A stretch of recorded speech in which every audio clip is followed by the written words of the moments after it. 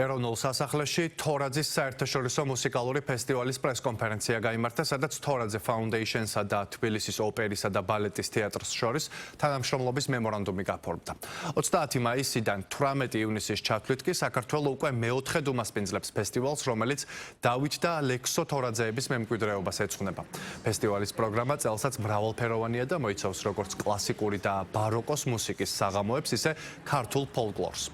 ღონისძიება მსოფლიოს სხვადასხვა ქვეყნიდან მუსიკოსებსა და ახალგაზრდა შემსრულებლებს გააერთიანებს.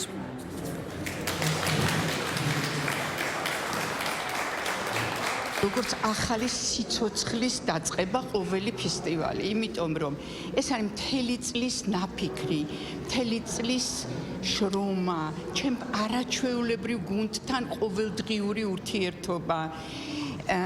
ესე იგი თავდადებული დამოკიდებულება იმ მონაპოვართან, რომელიც მე ჩემმა მშობლებმა და ლექსომ დამიტოვეს. ეს იქნება ძალიან საინტერესო და დატვირთული მნიშვნელოვანი ნაწარმოებები, იქნებიან ჩამოსულები მსოფლიო დონის არტისტები, მუსიკოსები და მე დარწმუნებული ვარ, ეს საღამოები, რომლებიც გაიმართება თბილისის სხვადასხვა თეატრების თუ საკონცერტო დარბაზების სცენებზე, იქნება ჩვენი მსმენელისთვის ძალიან საინტერესო.